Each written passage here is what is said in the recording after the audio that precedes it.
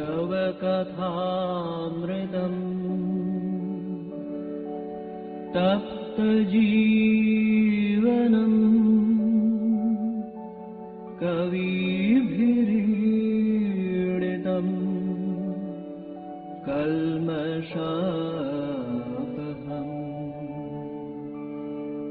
श्रवणमङ्गलम् श्रीमदाततम्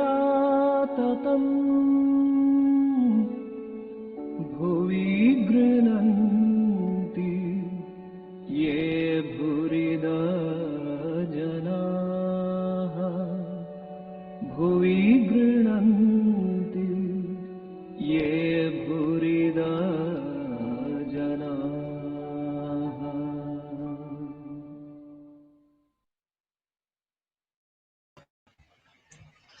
ॐ तव कथामृतं तप्तजीवनं कविभिरीडितं कल्मषापहं श्रवणमङ्गलं श्रीमदाततं भुवि गृह्णन्ति ये भूरिदा जना.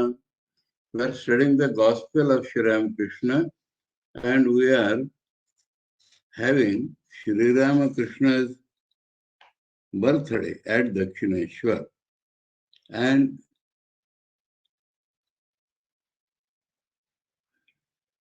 Kedar had come and Nitya Gopal talk we have heard.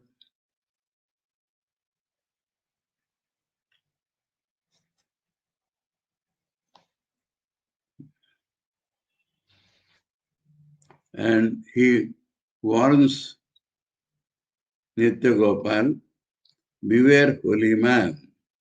These words of the master echoed in the hearts of the devotees like the distant rumbling of thunder.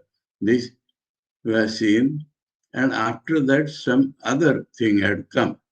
So let us take that thing from the beginning. The master went with the devotees to the northeast veranda of his room. Among them means among his devotees.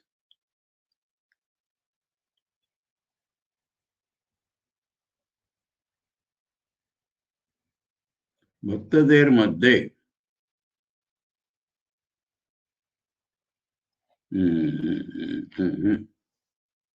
Here, because some links are missing. With the devotees. He does not say Thakur's devotees. We have to mark this. So, his birthday they were celebrating. Some people had gathered, presumed that they are all devotees. And when we went to that side, he found some devotees. Essentially, they are not Thakur's devotees. So, among them, not among Thakur's devotees, among the devotees who are assembled in the, he went with devotees. So somewhere this new person is there. Either he is with the Kedar and others who have come, or he is already in that veranda. Yes. Among them, you see, little connection is important here, so I am discussing. With the devotees in the northern veranda of his room, among them was a householder from the village of Dakshineshwar who studied Vedanta philosophy at home. He had been discussing Om with Kedar before the master. Means at what point he has joined the party? That is my question. This person is evidently not Thakur's devotee. And when Thakur went to that veranda with devotees, among them there was this person. So let us not investigate further, but now he was a householder from the village of Dakshineshwar. So it is near Kali temple. So that something is there, he also has come. Who studied Vedanta philosophy at home. No, this is something important, so I am telling you. Tini Gruhe Vedanta Charcha Kore. Now, a vital link is there. He does not seem to be a disciple of a proper guru. He himself is studying Vedanta in his home. So he is not listening from a proper guru. He has no proper tradition. One point we have to note here. Then he had been discussing Om with Kedar before the master. Had been, anyway. He said, this eternal word, the Anahata Shabda, is ever present both within and without. So this is, some talk is going on and this is in between. Because he is discussing Om. And Om and Anahata are different. That I explained yesterday. Om words are formed by hitting something. That is called Ahata.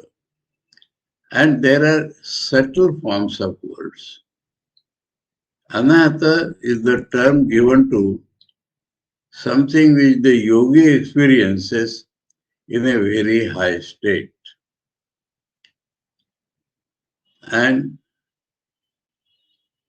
it comes from some transcendent sphere.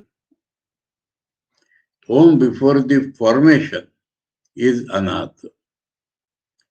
So he is talking of Anahata.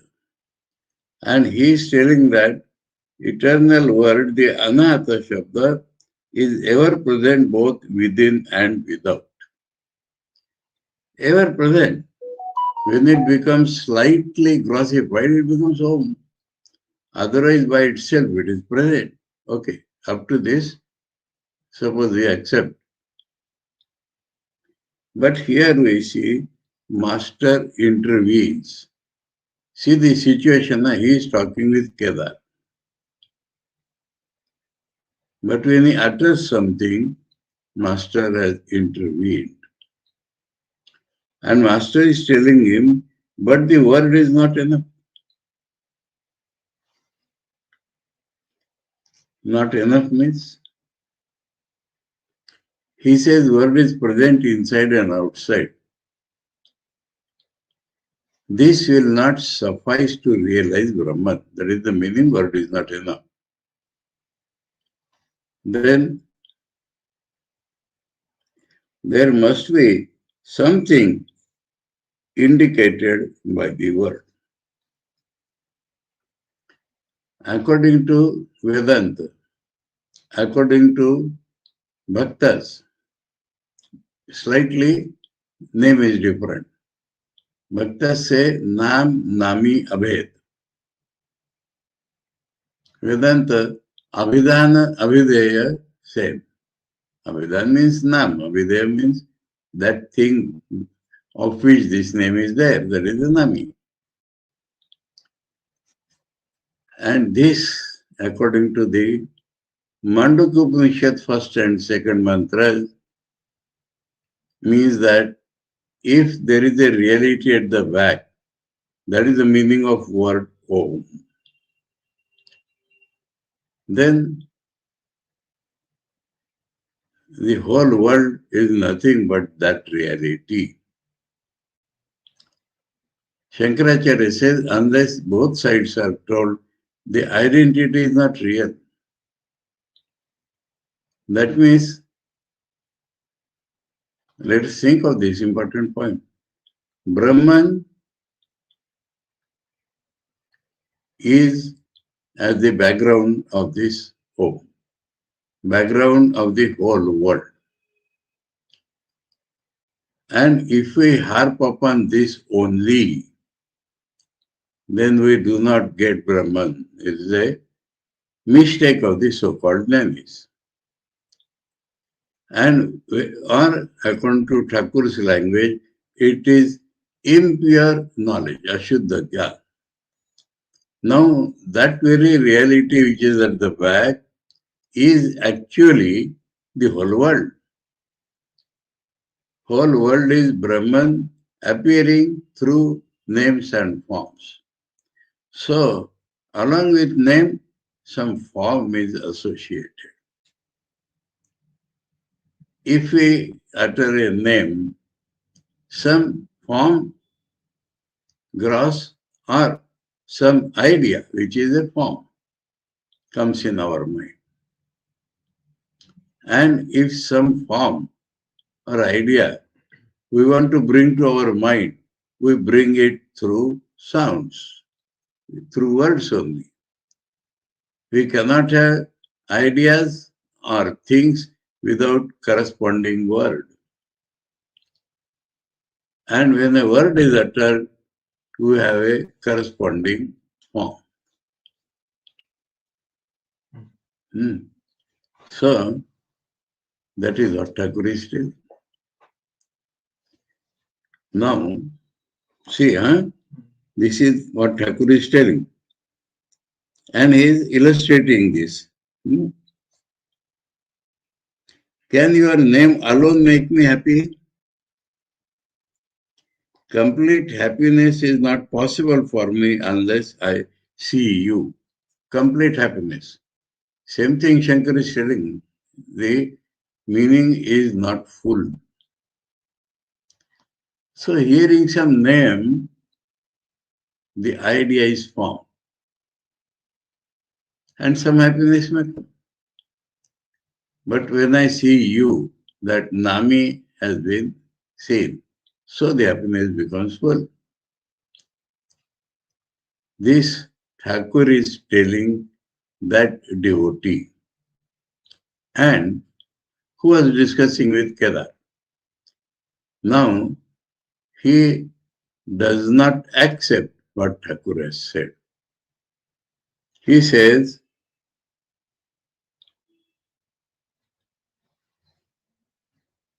first he has said the word is present. Devotee. That eternal word itself is Brahman. There is identity between that word and the thing represented. He said that word itself is Brahman. That means Brahman is neither Sagun nor Nirgun reality. So Brahman is an abstract idea in that man's mind. This we gather. Now the funny thing, extremely funny, he has not accepted Thakur's words in toto.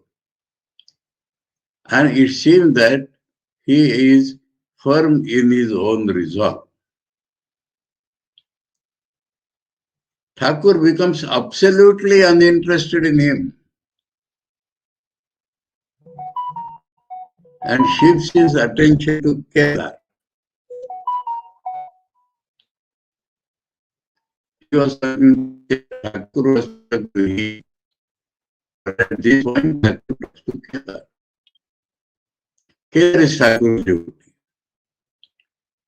And if Kedar goes into that rut, nothing will happen. Nothing will happen means Kedar will lose his track.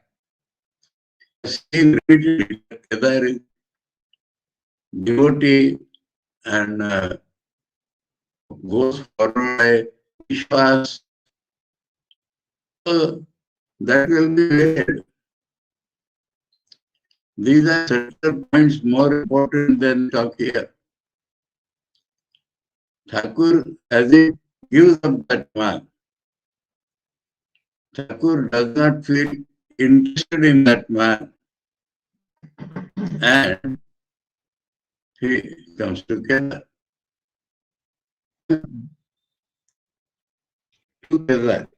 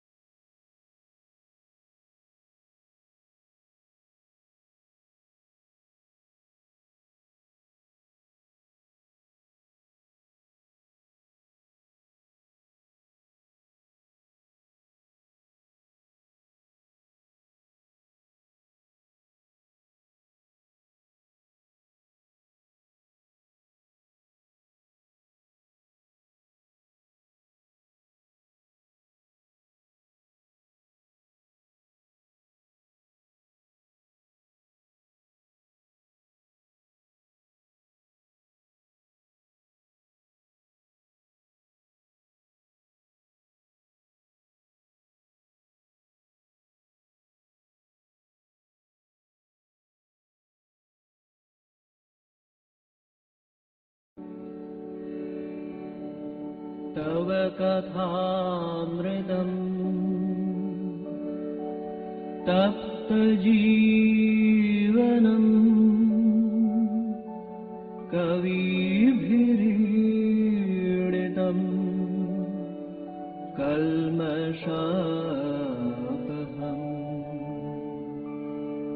श्रवणमङ्गलम् श्रीमदाततम् भुवि गृह्णन्ति ये भूरिदा जनाः भुवि गृह्णन्ति ये भूरिदा जनाः.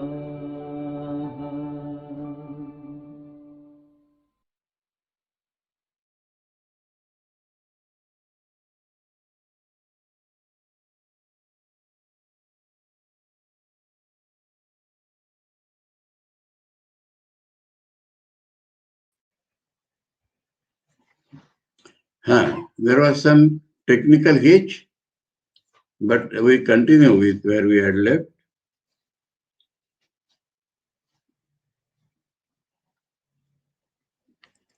So, he upholds the doctrine of the rishis of olden times. Now, what is the doctrine of rishis of olden times?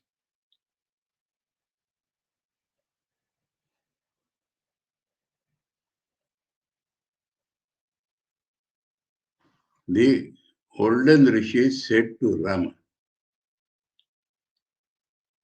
So what Thakur is telling here? The olden rishis were not interested in incarnation. So their path was different. But if their path was for Nirguna Brahma really, then Thakur in the beginning was telling about that only. That there has to be an object corresponding to the name. Now, was Thakur trying to project avatar at that point?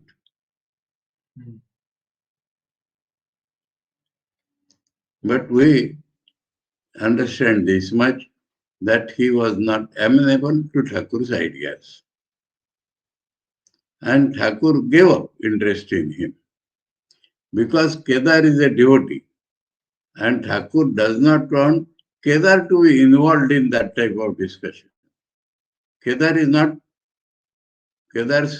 opinion is not that of olden rishis. Okay, we understand this clearly now. Huh? And he brings the topic of incarnation here to suit Kedar's attitude. So Thakur is showing clearly that he is not interested in that person. And clearly he is interested in Kedar. Kedar is Thakur's devotee. Kedar is following his own path. And unnecessarily, Kedar should not think of the other paths. That much is there in this. And to suit Kedar's ideas, Thakur brings in the idea of incarnation in this line. And he talks, now he's showing the contrast between the path of the rishis and path of those who follow an incarnation. And so there he says, understand, within this line so many things are there. First, shift of attention to Kedar and telling that his path is different, you don't go that way. Don't get involved that way.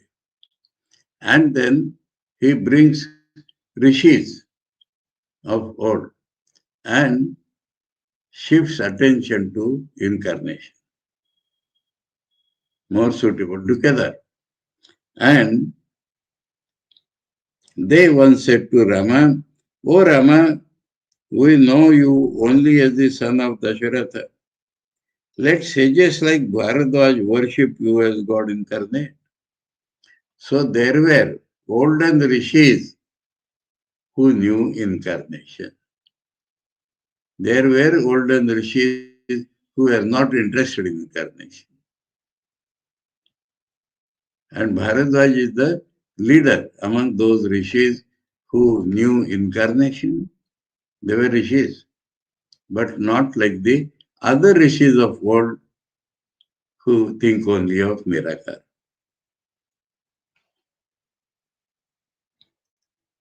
Let sages like Bharadwaj worship you as God incarnate. We want to realize Brahman, the indivisible existence, knowledge, bliss, absolute. So, olden rishis, not necessarily this man. Okay. Then, at these words, Rama smiled and went away. So, Rama also knows that their path is different. He did not force them to accept him as incarnation. There are plenty of such stories about Rama and about Krishna.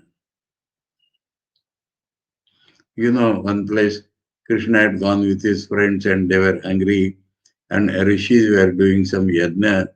So he asked his friend to go and bake food from them. And they drove them out. And at another side, their wives were sitting and they were wanting to give food to the boys. So Krishna told, go to them, and they happily gave food. And the rishis got angry and they cursed the women for something. And then Krishna took side of the ladies and showed to the men that you are doing something wrong. by not by not accepting Krishna, by cursing your wives who are very holy. And then Rishi had to beg pardon of, they wanted to beg pardon of Krishna. Krishna says, go and beg pardon of your wives. So such stories are there. So we understand that normally minds are different.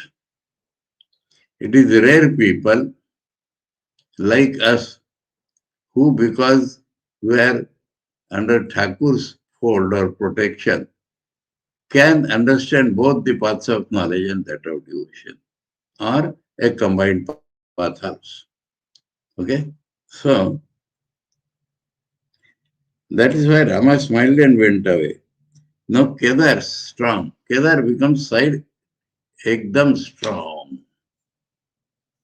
By these statements of Thakur, Kedar's idea becomes very strong.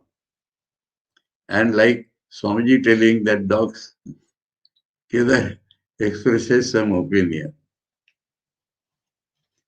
Kedar, those rishis could not recognize Rama as an incarnation of God. They must have been fools. Thakur does not accept this. Thakur said their path is different, constitution is different.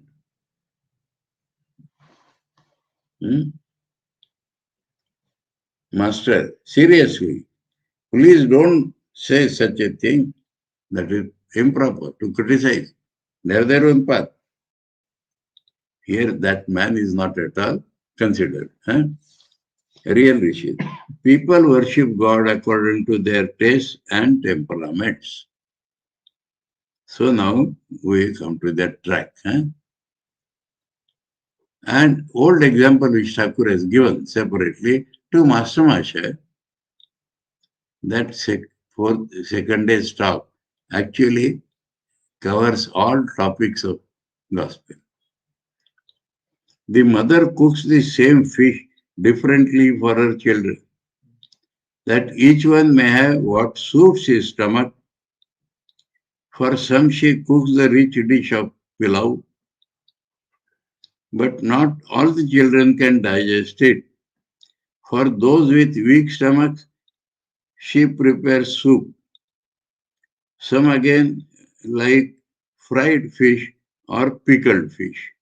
It depends upon one's taste. So, two things you remember, capacity and taste.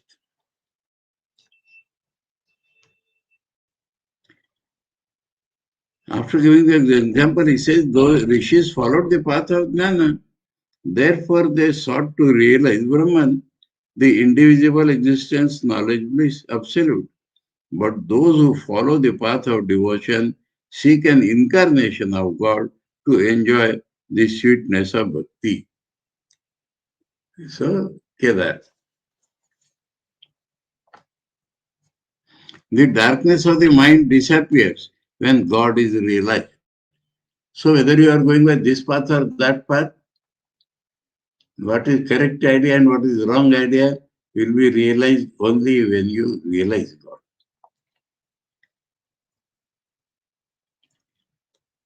In the Purana, it is said that it was as if 100 suns were shining when Rama entered the court. This is most probably Janaka has a sabha for Sita's Swayamvar. And when Rama enters that court, this is what happens.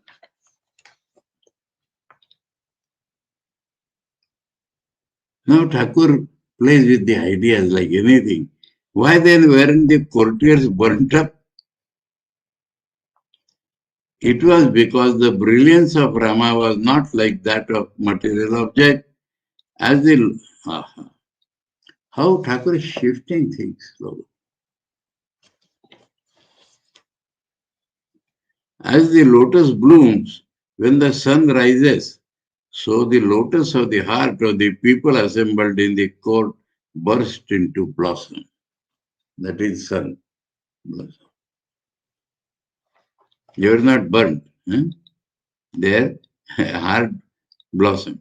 As the master uttered these words, now see what happens.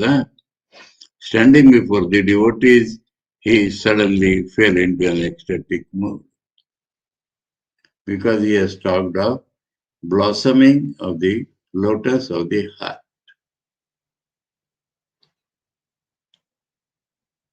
His mind was withdrawn from external objects. No sooner did he say the lotus of the heart burst into blossom than he went into deep samadhi. He stood motionless, his countenance beaming, and his lips parted in a smile. You can meditate on that. After a long time, he returned to the normal consciousness of the world. He drew a long breath and repeatedly chanted the name of Rama. So for Thakur, all avatars are same. Every word showering nectar into the hearts of the devotees. The master sat down, the others seating themselves around him. Master to the devotees in general. Ordinary people do not recognize the advent of an incarnation of God.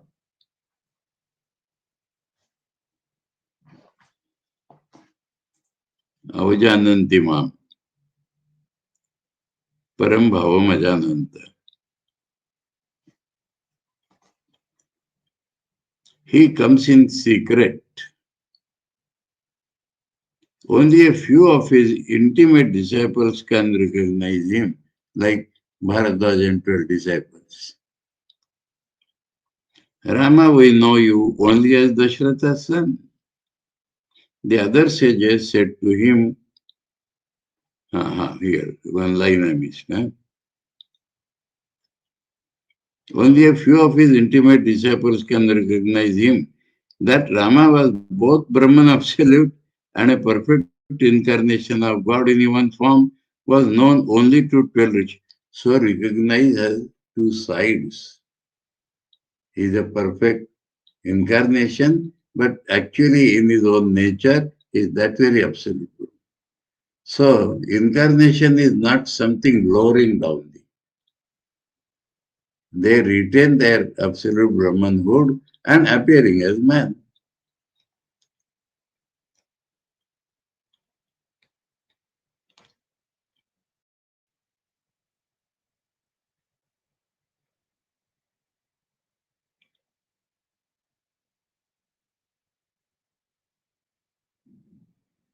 Where we are? Mysore. Was known only to 12 rishis.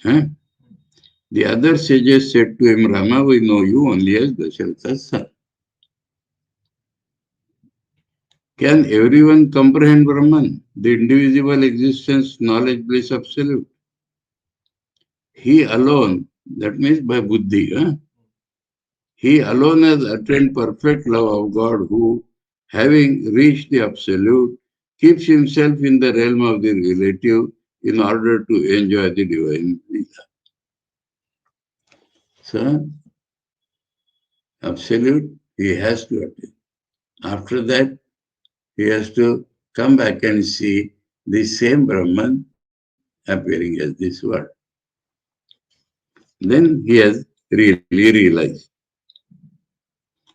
A man can describe the ways and activities of the Queen if he has previously visited her in England. At that time, Queen Victoria was the reigning. Only then will his description of the Queen be correct. That is the main thing. Sages like Bharadwaja adored Rama and said, "Oh Rama, you are nothing but the indivisible Satchidananda. You have appeared before us as a human being, but you look like a man because you have shrouded yourself with your own Maya." That is the correct reading. These rishis were great devotees of Rama and had supreme love for God. So telling, don't criticize the others, but these had a special quality. Presently, some devotees from Konnagar arrived, singing kirtan to the accompaniment of drums and cymbals. As they reached the northeast veranda of Sri Ramakrishna's room, the master joined in the music, dancing with them, intoxicated with divine joy. Now and then he went into samadhi, standing still as a statue. While he was in one of these states of divine unconsciousness, the devotees put thick garlands of jasmine around his neck. That means he was not sensing that at that time. The enchanting form of the master reminded the devotees of Chaitanya, another incarnation of God. The master passed alternately through three moods of divine consciousness. The inmost, when he completely lost all knowledge of the outer world; the semi-conscious, when he danced with the devotees in an ecstasy of love; and the conscious, when he joined them in loud singing. So, dancing is semi-conscious. When he joins in singing, that is outside. It was indeed a sight for the gods to see the master standing motionless in samadhi, with fragrant garlands hanging from his neck, his countenance beaming with love, and the devotees singing and dancing round him. When it was time for his noon meal, Sri Ramakrishna put on a new yellow cloth and sat on the small coach. That was all previously arranged. His golden complexion, blending with his yellow cloth, enchanted the eyes of the devotees. Yellow is cloth.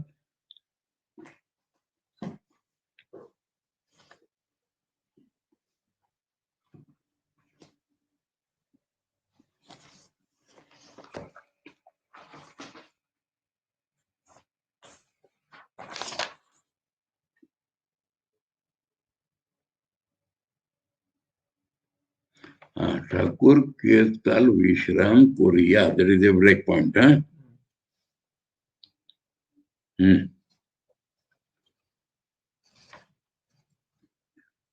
So from that kirtan, he has a break.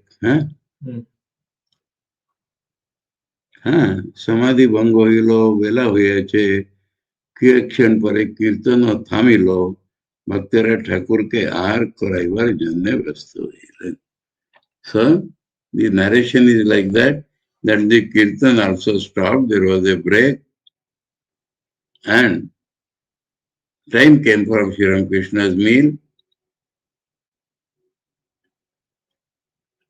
and devotees became busy in that. Navastra Pitambar Paridan Korea. Okay. When it was time for his noon meal, Sri Ramakrishna put on a new yellow cloth and sat on the small coach. His golden complexion, blending with his yellow cloth, enchanted the eyes of the devotees. After his meal, Sri Ramakrishna rested a little on the small coach, inside and outside his room, crowded the devotees. Among them Kedar, Suresh, Ram, Manamohan. We know all of them. Girindra is a new name. Rakhal, Bhavanath, and M. Rakhal's father was also present. Girindra, we knew before.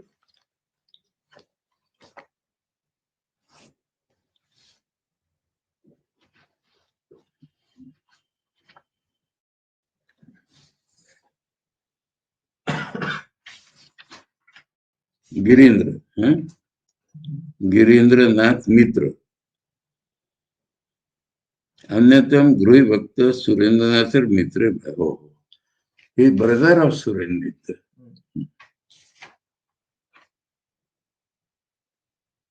In 1881, he first met Sri Ramakrishna.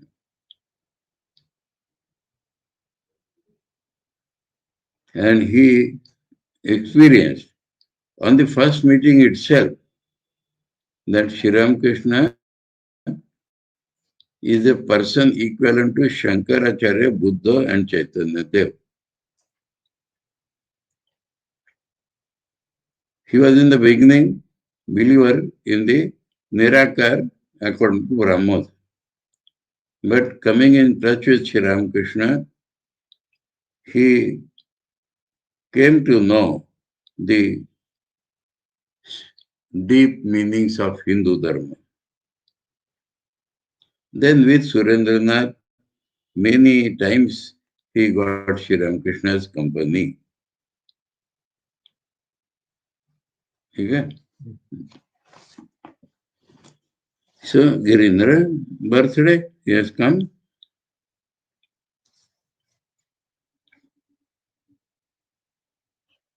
A Vaishnava Goswami was seated in the room. The master said to him, "Well, what do you say? What is the way you would make others stop?" Goswami, "Sir, the chanting of God's name is enough. The scriptures emphasize the sanctity of God's name for the Kali Yuga." Master, "Yes, there is no doubt about the sanctity of God's name, but here again the same thing has come. But can a mere name achieve anything without the yearning love of the devotee behind it?" So, name chanting may be a great thing, but many times it becomes absolutely mechanical. So, love has to be there with you. One should feel great restlessness of soul for the vision of God. Suppose a man repeats the name of God mechanically, while his mind is absorbed in woman and gold. Can he achieve anything? Mere muttering of magic words doesn't cure one of the pain of a spider or scorpion sting. One must also apply the smoke of burning cow dung. That was the medicine.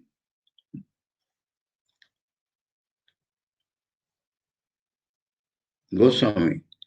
But what about Ajamil then? You know the story. He was a great sinner. There was no sin he had not indulged in. But he uttered the name of Narayana on his deathbed, calling his son, not God. His son's name is Narayana. And when he was about to die, he called Narayana, who also had that name, and thus he was liberated. That is the story often quoted by the Bhaktas. But Thakur has an explanation for this. Master, perhaps Ajamil, perhaps means because it is not seen. Perhaps Ajamil had done many spiritual things in his past births. It is also said that he once practiced austerity. Besides, those were the last moments of his life. What is the use of giving an elephant a bath? Another thing still here. Last moments of his life. If an elephant is given a bath, he again goes into dirt. So they give an elephant a bath and tie him to a tree immediately. So this man, because he uttered and he died, so there was no occasion for those sins to come up. He had done good things in the past, so that will result. And because he is a sinner, those things should not intervene. So at the point of death, it came to him.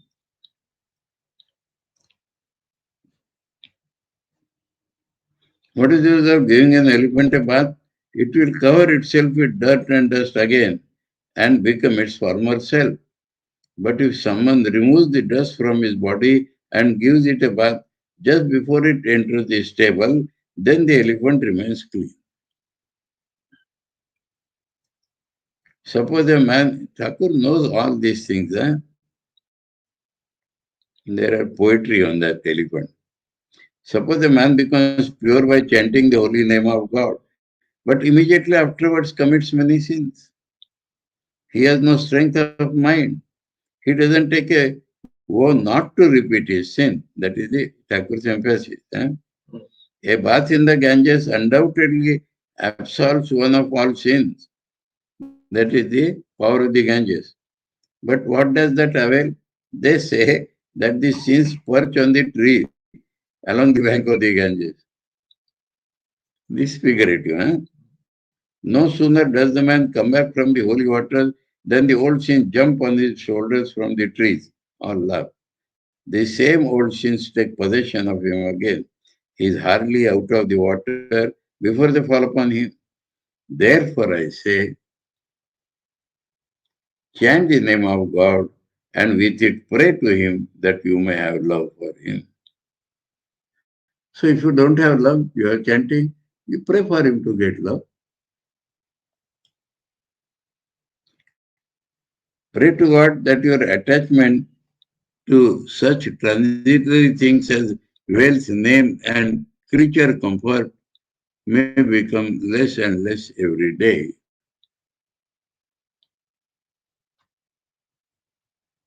Deher sukh,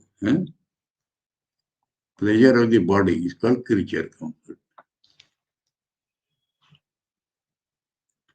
And it may not be immediately.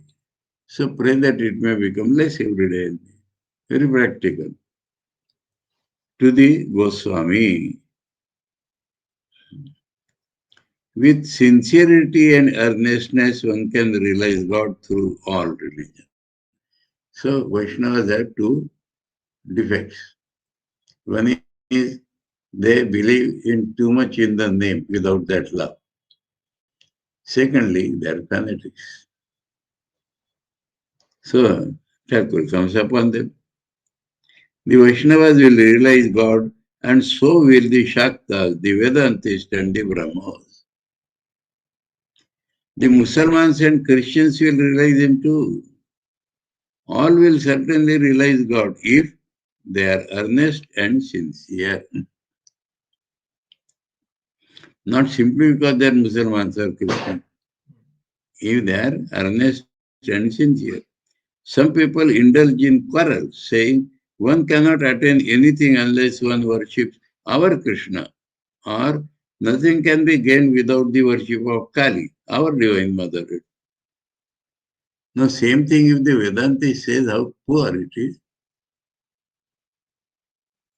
Or one cannot be saved without accepting the Christian religion. This is pure dogmatism. Dogmatism, you understand? Dogma and doctrine, some just say. So doctrine is something which has a lot of reason behind it. And dogma is just you have to believe this without any reason. The dogmatic says, my religion alone is true and the religion of others are false. This is a bad attitude. God can be reached by different paths. And this that Vedanta straight away said, we don't believe God can be approached by different paths. So what is the value? Further, some say that God has form and is not formless. Thus they start quarreling. Meaning quarreling between different forms or between form and formless. A Vaishnava quarrels with a Vedantist. One can rightly speak of God only after one has seen Him. He who has seen God knows really and truly that God has form and that He is formless as well. He has many other aspects that cannot be described. Transcendent reality you cannot say like this. This is only on the lower plane. Once some blind men chanced to come near an animal that someone told them was an elephant. Beautiful language, huh?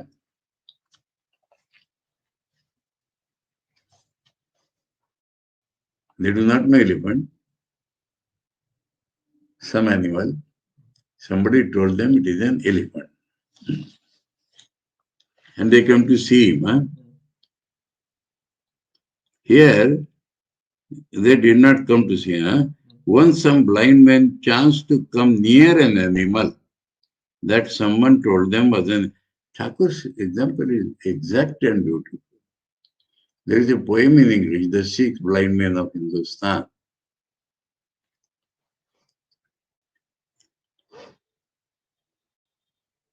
They were asked what the elephant was like.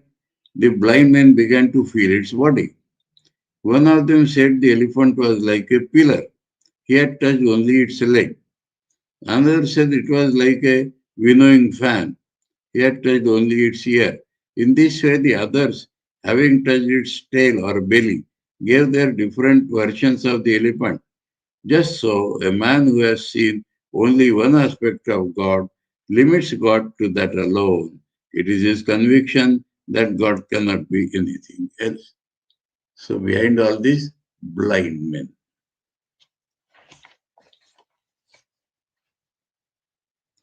To the Goswami. So, now and then he is talking to all the devotees, now and then to the Goswami.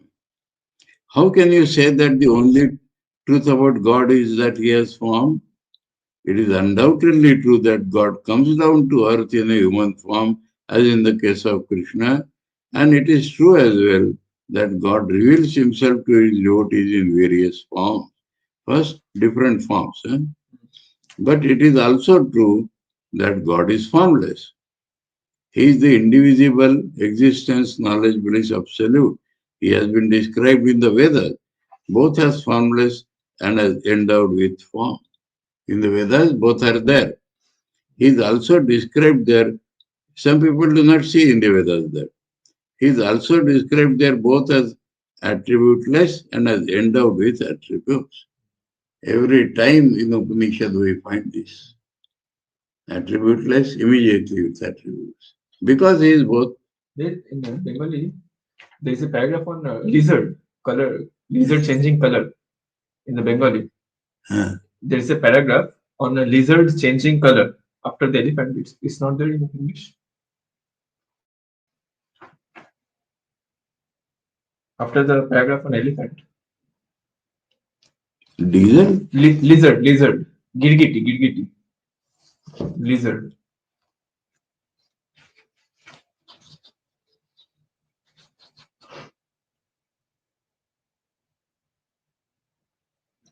That Girgit. Yes. Chameleon is called.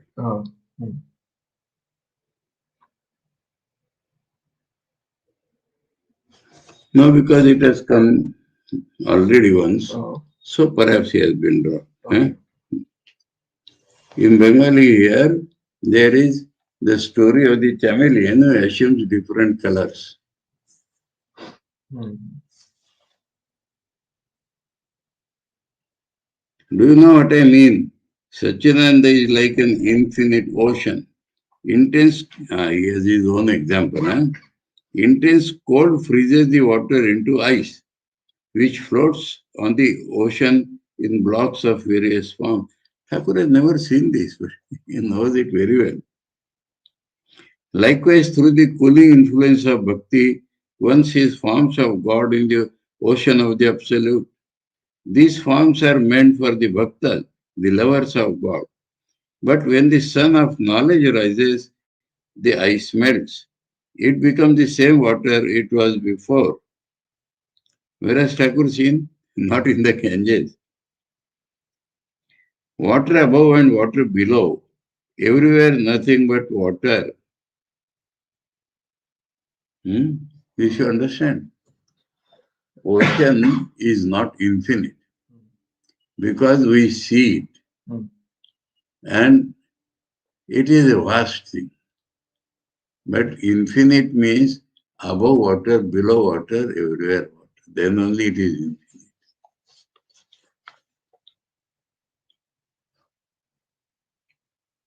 Therefore, a prayer in the Bhagavata says, O Lord, thou hast form, thou art also formless, thou. He is quoting Bhagavad because the devotee should believe that. Thou walkest before us, O Lord, in the shape of a man. Again, thou hast been described in the Vedas as beyond words and thought.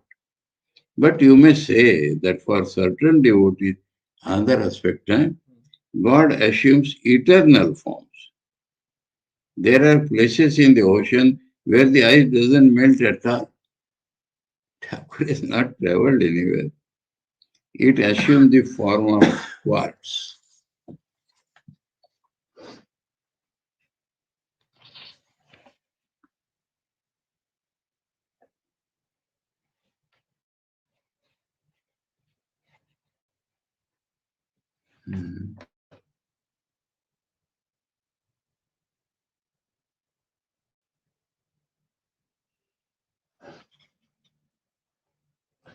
Sphotic.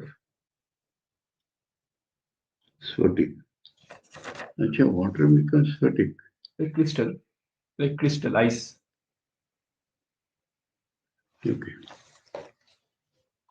Quartz is sphotic. Okay.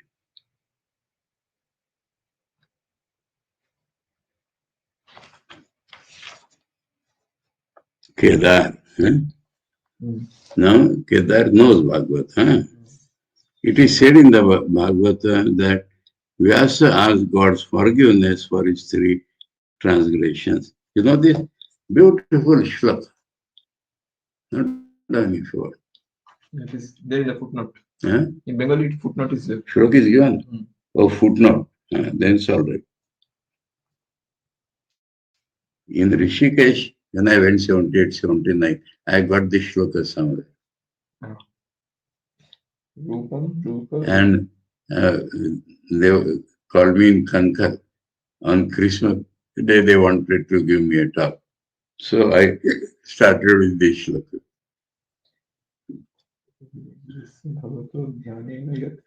Anyway, so in English it is, the translation is given.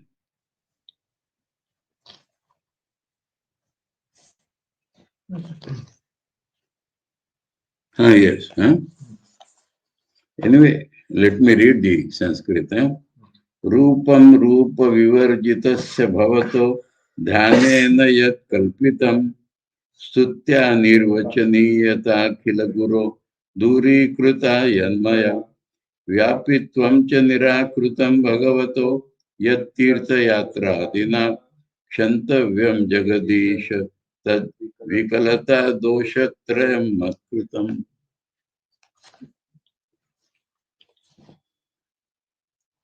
He said, O Lord, thou art formless, but I have thought of thee in my meditation as endowed with form. Thou art beyond speech, but I have sung the hymns. Thou art the all-pervading spirit, but I have made pilgrimages to sacred places. Be gracious, O Lord, and forgive these 3 transgressions of mine. Master, yes, God has form and is formless too. Further, he is beyond both form and formlessness. No one can limit him. So we stop here. Rakhal's father, we take up tomorrow. Om Tava Kathāmritam Tapta Jivanam Kavibirīditam Kalmashāpaham Shravanamangalam Shrimadaatatam Bhuvi Grunanti Ye Bhurida Jana Om Shanti Shanti Shanti Harihi Om Tat Sat Sri Ramakrishna Arpanamastu.